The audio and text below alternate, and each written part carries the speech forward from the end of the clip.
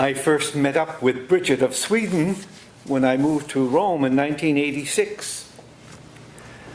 One of my responsibilities was to acquaint visiting members of my congregation to some of the history in Rome. We were founded in France, but were asked to take on some responsibilities in Rome by the then Pope, including an orphanage and a residence that once belonged to the Bridgetines, a religious community of women founded by St. Bridget. And because of financial problems, my congregation had to abandon the Bridgetine property, and it was restored once again to the Bridgetines. The property is in one of the most magnificent piazzas in Rome, Piazza Farnese.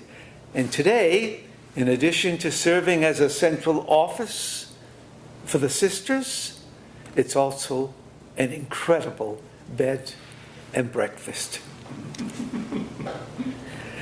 With the passage of time, with eyes to see and ears to hear, I would come to know who St. Bridget truly was, and not just that the Bridgetines and Father Moro, the founder of my religious congregation, were linked in history. Born in 303 in Sweden, she married at the age of 13, and in the words of Pope Benedict, with religious sensitivity, delicacy, and gentleness, succeeded in persuading her husband to follow a path of faith. They had 8 children, and after his death, she moved to Rome and founded the Order of the Most Holy Savior. The prophet Jeremiah had some compelling words for us to hear today.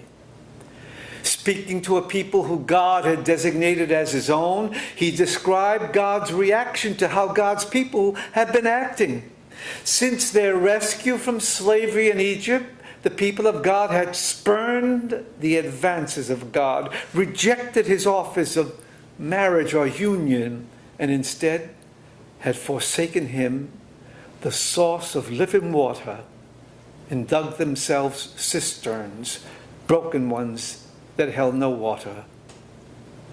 Those are hurtful words that unfortunately continue to contain truth even today.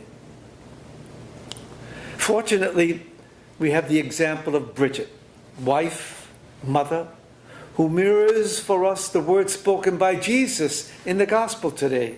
And it's for this reason that we can say of her, "Blessed are you, Bridget, because you possessed eyes and ears to see and hear the voice of God.